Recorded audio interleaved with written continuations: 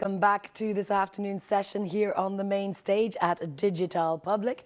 We hope you've had a chance to stretch and get some fresh air before we go into our discussion on eIDAS, which we're going to be looking at over the next half hour. So just a reminder that you can, of course, use all the tools at your disposal on the platform to network with your other attendees, but also, of course, to send in your thoughts, your comments, and those all-important questions to our great panelists. And with that, I'm going to go straight away and introduce the panelists for this next discussion, which is about the future of eIDAS. And we have joining us Lorena, Boix, Alonso, and Silvana Filipponi. Ladies, you're very, very welcome. Thank you for taking the time. I'm going to ask you both the sort of same question to kick off, but Lorena, perhaps you could start. So what are the persistent problems with digital identity and trust services in Europe? Because it's not a new idea. We've talked about it for a while. Why is it proving a challenge? Well, I think that, well, first of all, thank you very much for inviting us. I think that I'm not sure we need to talk about problems, because it depends on how you see it. There's a problem if there is a need that is not satisfied. And progressively, we have seen that indeed there are needs that are not satisfied, and this has exploded with COVID, with the pandemic, and the incredible speed at which suddenly things have digitized. Until now, what we had was different types of ways in which citizens could identify themselves online. You have the government e-identities, and eIDAS, our own proposal, is one of them, which are ways very secure to identify ourselves, to have access to services, but that are very targeted at very concrete public services. Then you have some players, such as the GAFA, that are providing, or social media, other ways to identify yourselves that are maybe that they don't have the level of security as government eIDs. Why? Because they are not necessarily linked to the official identity of a person, but that maybe, you know, for purposes that don't require this level of security can be okay, even if we know that certain citizens wonder about their data, the use of their personal data in these cases. And now what we see is that with COVID, things have incredibly reached an amazing speed in terms of digitization, and suddenly you have a lot of needs on the market. You have a lot of citizens and business that need to identify themselves across border in a secure way, beyond purely the you know, small public sector services like such as, you know, filling your tax services. It's really for all type of online activities.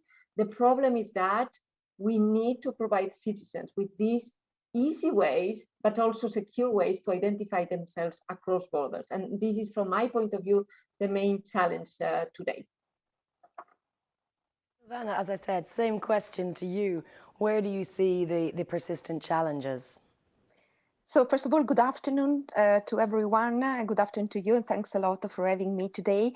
So in Italy, we experienced a tremendous growth throughout this period. As Lorena has said before, Italy was one of the countries who saw such a huge growth in terms of identities and access with digital identities throughout this period. I think that one aspect that we need to focus and concentrate even more is about customer experience. We need to ensure a smooth and frictionless experience to everyone when they ask for digital identities or when they use digital identities, but still ensuring security and the user control on that. And this is extremely challenging because digital identity is for everyone.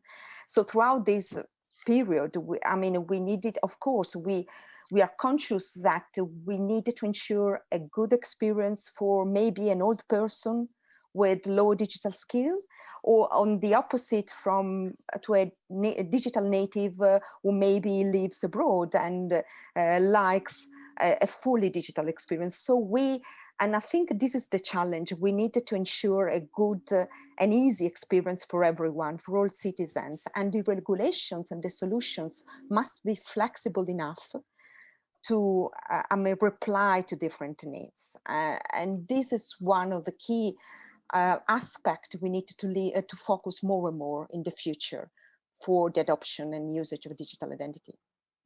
Thank you. I think it's interesting that you're echoing what we heard in some of our other panels about it being user-centric, something that's coming through, not just through eIDAS, but through all the different digital tools we're talking about this week. Lorena, let me though come back to the very specific eIDAS regulation of 2014 and the review that has started.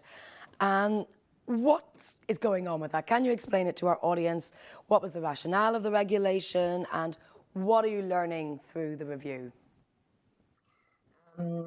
Thank you for asking the question, because indeed we started this review already last year, and I must say it was mandatory. We had to review the eIDAS, and I have to say that since we started reviewing this regulation until today, we had to adapt precisely because of COVID.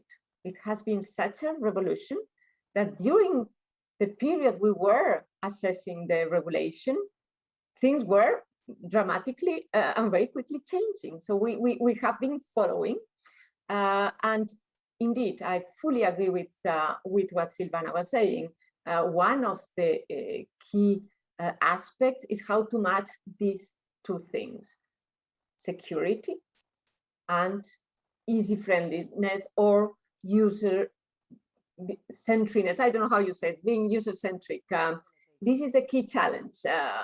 And somehow is to say, well, we need to be as user friendly as the social media solutions are, but as secure as the government solutions are. And this is something we are not yet there. One of the solutions that we see a lot in the market and coming from some member states is, that the citizen having in its smartphone all the information they need, from the official eID to all type of information about themselves, like my driving license or my attestation of my law degree. I mean, plenty of things that you may need that are securely stored, and you can identify yourself with them. That's something that we see as an evolution.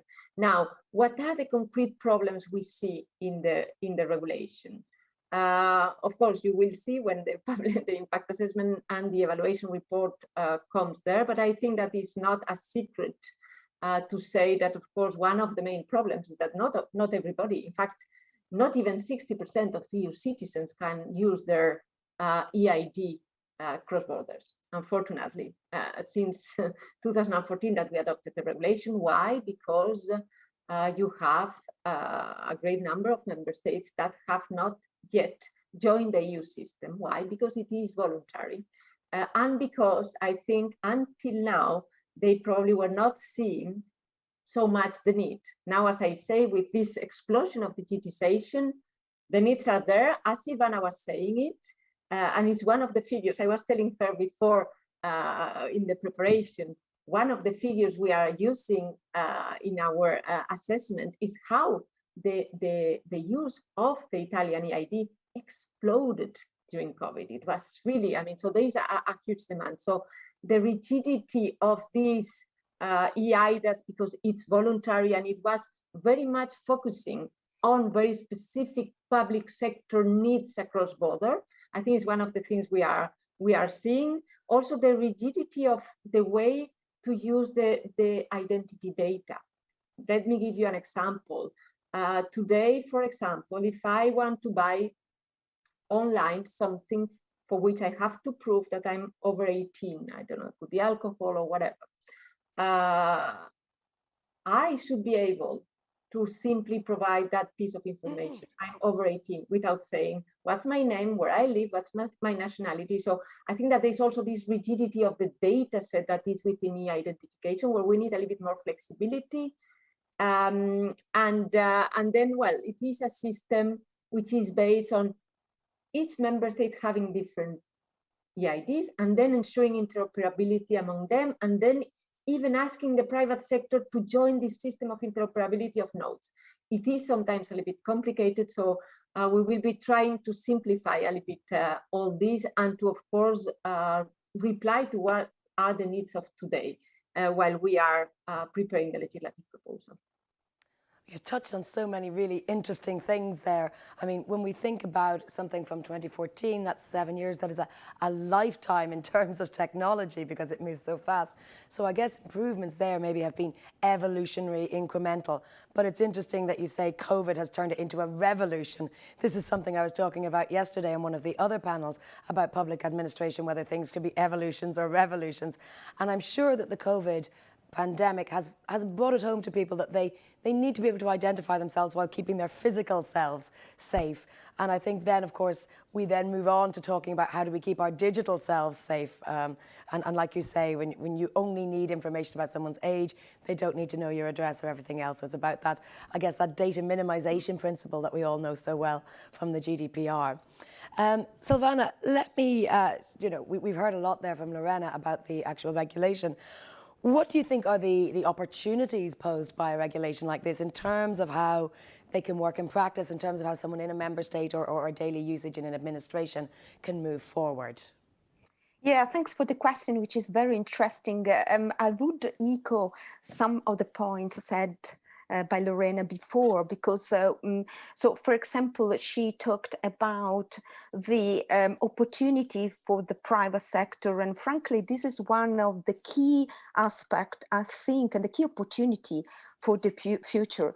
During the pandemic, we have been approached by a number of companies, large corporations or startups, who wanted to review their value proposition and their business model thanks to digital identity. But it is crucial for them that the identity is enriched with attributes. And I believe there is a huge opportunity to look at what are the main attributes by verticals and work with them, because for them is a huge opportunity. So digital identity is a huge opportunity to review the customer life cycle entirely in a digital way, and especially the onboarding aspect. So new use cases can come along, and also collaboration with the private sector is also important, because it is fundamental, in my view, to disseminate and strengthen the requirements in terms of privacy and data security across all the verticals, as it happened in the payments with PSD2. So either they use digital identities or they advance in that respect, but it is important to disseminate, in my view, a habit, a culture of expectations about secure identities. So everyone, expect that, and expect also to be in control of their own data. I think the dialogue with, the private sector alongside the regulation, which is always very important, the two things together can help, in my view, in that respect. And going back again to the points raised about interoperability of those national schemes and identities, I believe that's another crucial point, because people more and more work and live abroad. They might be in Germany for a period of their life and then move to Spain and then in Italy and then somewhere else. And it is important that those national identities and the principles behind those work across the countries and across the life of the people who, of course, are always the same. In that respect, the legislation is surely a very important piece, but I think it's also important that we start collaborating more as countries, took each other to understand how things are going, what the main challenges we do have, because digital identities is a pretty new area, and I think it's important to exchange our experiences more and more, and work together to define the best way forward. That's my view. Well, Silvana, I don't know if you're reading along the chat or if you're just psychic, because you've kind of answered a question we just got in asking what might be the direct or indirect effects on private companies of of the eIDAS. Lorena, perhaps you have any thoughts on the interaction with private companies? I'm thinking also possibly about the idea of banking and so on, because people do trust banking, they do trust these digital cards, and yet sometimes it's a bigger effort to make the leap to using identities in other ways. Mm-hmm. Yeah, no, indeed. One of the key elements, I fully agree with Silvana, of the revision of eIDAS is going to be, what about the private sector? And I think we need to think about it from the two sides, as a user of identities and as a provider of, or part of the ecosystem, not of course a provider of official identities that only governments can provide, but as part of the ecosystem. So on the side of the use cases, it is true that, as I was saying before, eIDAS has been focusing a lot in a very niche part of the demand, which was very much addressed to a very small part of the population, which are people like us that are from a member state and are living in another one, and then they would like to use their eID. Of course, I mean, we do a regulation for a broader audience than that, and including already demand on the public sector. I'm still there. This is much more than that today. You have tourists, you have businesses, so there is much more demand for that. But for the private sector, indeed, there are a number of sectors that require, mainly by legislation, but not only, a quite high level of security and data protection in identification and authentication. And there you have indeed the financial sector. You have already today pieces of legislation like the anti-money laundering that are requiring this type of security in identity.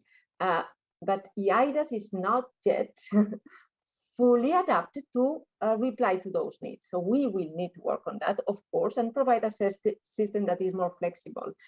Education is another sector where it is so much necessary, travel. So there are a number of sectors where it is clear that we need to provide an eID that is adapted to them. And this is perfectly feasible. We just need to move into that direction. Then on the side of private sector being part of the ecosystem of e-identity from a supply side point of view, we see also already a great number of member states, including Italy, where the provision of e-identity services has been entrusted to private companies that are very agile, that are innovating a lot. So this is something on which, of course, we need to continue to build to allow this flexibility to member states.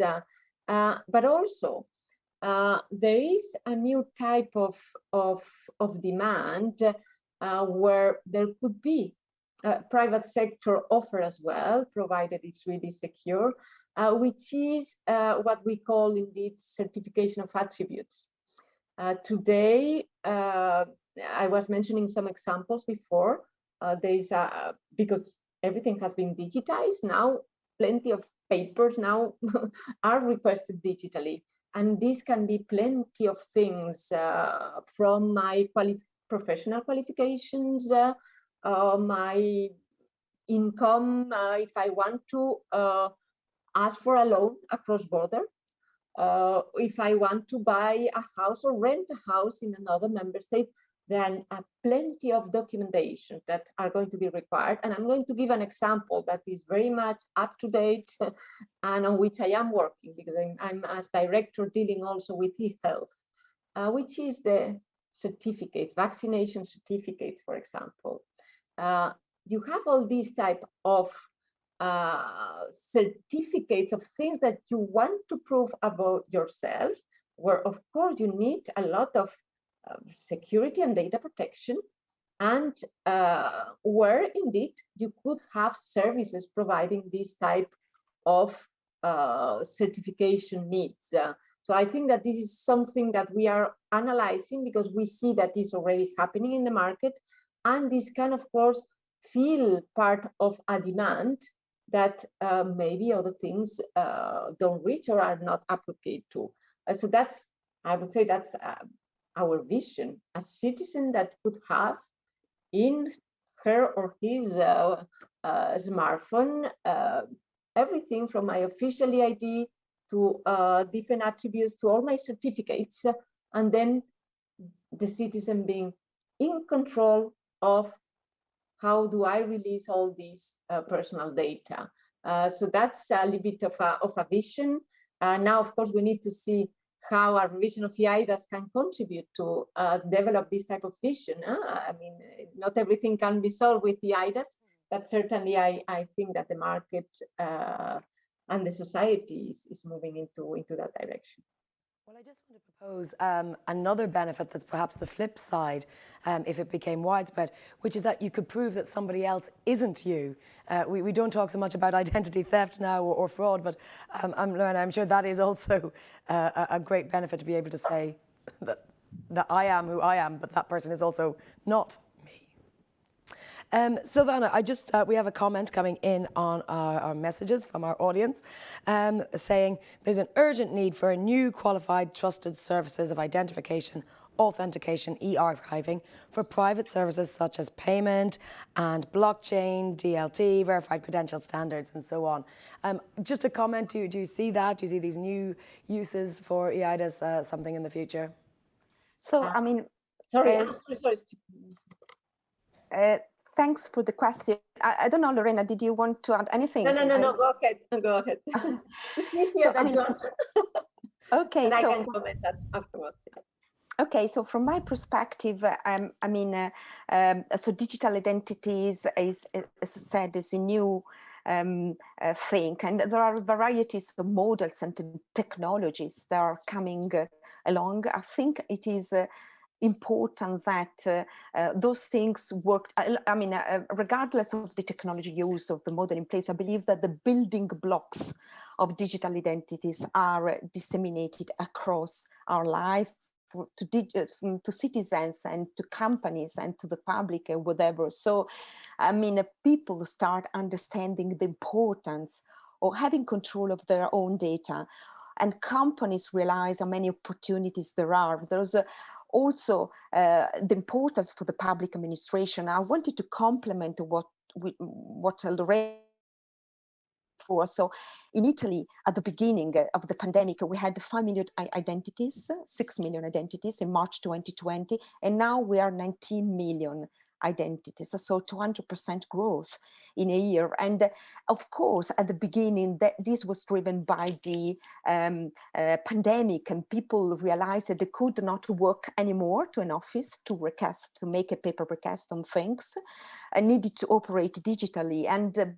but what is happening now? Now we are starting to release, the restrictions, and offices are starting to open again, but we don't see a decrease in the demand for digital identities. Is that because people have realized how important and how convenient it is to work this way, in a secure way, to access the digital world, whatever, from the public, from the private, in a secure way, through a secure digital identity. So back to the question, to my view, it is important that those building blocks, regardless of the technology, of type of solutions, is present in the way we access the internet for everyone. And that's one thing which is very crucial. Absolutely. A couple of more questions coming in from our audience. Lorena, I suppose directed at you, although I'm not sure whether or not you're actually in a position to answer them. One is, when will the eIDAS revision new regulation be proposed to the European Parliament? And another is, will trust services as defined by the eIDAS be defined as essential services under the NIS directive, that's the Cybersecurity directive? Perhaps you can't give us concrete answers, I know I've put you on the spot there, but if you could give us an idea of the thinking. Okay, so I cannot say an exact date because I mean, I can say our wish would be to come already by the end of next month with a proposal, but I don't dare to say because I think we need to focus on doing something which is good. The request from the European Council, because we had a request from the European Council, was by the end of June. So my wish is that at least we will reply to that. How early within that deadline to be seen? It's a serious proposal. So I focus on quality. For the whether trust services are essential services, all these, well, was in the NIS directive already, that security provisions would pass from one to the other. Now, of course, we need to see exactly how it will specifically work, but this was treated in the NIS directive already. Commenting also that, to the previous question, whether there will be a neutral service for e-archiving. I mean, I cannot say or anticipate, but I can only say that we have listened very carefully to that request, which was a normal request to ask. So I think that I'm saying a lot there. And for the rest, you need to be a bit patient. But there's something I wanted to say in reply to something Silvana said, and where I fully agree with her, which is that there's this sense of urgency. Things are changing very rapidly. She said herself, suddenly from 6 million to 19. I mean, I can only think the poor Italian government, how they had to deal with that, but they were not the only ones. And we, European Union, are in the same situation. So this call from collaboration already now, I know that we will come with a legislative proposal and we will go through all the negotiations, and it will take the time it takes. Good. But I think we shouldn't wait to start talking and discussing among ourselves on how to move forward together. That's something I think we owe to our citizens. Yes, and since, of course, we're talking about interoperability, it's worth pointing out, again, it's obvious, but eIDAS is going to help things like single sign-on and a single gateway. Silvana, a very specific question for you from our audience member, from someone who lives in Italy, saying, what about an SPID, the Italian eIDA, specifically for public employees? Is that something on the cards? So we are now looking at, various things, among that also the opportunity for people, working in the public administration to use digital identities. This is something that it is under discussion at the moment, but we hope to progress very fast with new use cases, new targets, and new advancement for our digital identity solutions in the countries. Thank you very much. And we've just got 1 minute, so I think we'll wrap it up there. I would like to thank you both very much indeed. It's been a fascinating discussion. An area I'm really interested in myself, because it goes hand in hand with the privacy and the data protection and the values system we have here in Europe, but that you also must have a way of verifying who you are, even if you don't want to do it all the time. So I think it's really important to say as well. Thank you, ladies. I hope you will stay with us for this afternoon's sessions, which will be happening in parallel. I'm going to hand back Max now. Tell us what's going on. We're more or less finished here on the main stage. What's going on the rest of today?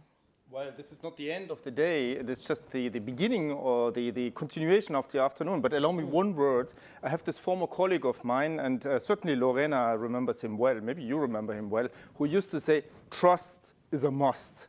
Ah, yes. Yes.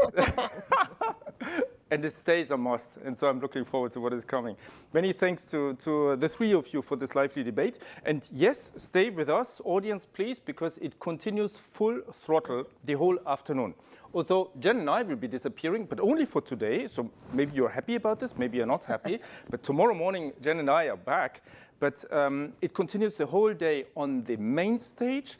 We will be having just a half an hour break, and then link into the event, the parallel event, our partner event that is going on, organized by the Lisbon Council from 3 o'clock to 5 o'clock, where they will present a whole series of studies undertaken with the H2020 program on the future of digital government. They present the results. It is very much focused on co-creation and local impact, something that we've been debating today and yesterday all along, and that is one of the big threads of this event. So you, tune in on this one. You don't need to do anything else. You can just watch from the main stage here. And the colleagues from the Lisbon Council also promised us that if you ask questions in the chat here, they will feed the questions into the debate with the high-level speakers then in the second part of this event. That will include the Commissioner Johannes Hahn, will include Sandy Speicher from the US, IDEO, and the Greek Minister for Digitalization and Digital Governance. So stay tuned for that. But that's not everything, because of course we have still a full menu in the parallel tracks that are going on, and I'm just looking them up on our common space here. So we have, very fitting for the discussion that we just had, still an hour ongoing in e-signature and digital signature services, a very practical demonstration. I think that's good. Just go hop over there. From 4 o'clock, we will have a 1.5 hour session on exchanging messages with CEF e-delivery. And one of the messages that maybe is exchanged there is that at 5 o'clock, you can already go into the National Interoperability Framework Observatory and Introduction. So try out what is going on there. Don't forget Networking. Networking. We do want you all to join in. The networking will remain open, so we've got the limits extended, so you can still have what may be a virtual post-event discussion or mid-event discussion. So make sure you do keep that up, keep liaising with your colleagues, because we're not all together in one room, but they never know. You might talk to somebody from the other end of Europe that you might not have met over coffee. That's perfect. So we stop here. Don't forget the hashtag, don't forget the discussion, the interactions, the networking, and the event that is called DigitALL Public. See you from us tomorrow morning at 9:30.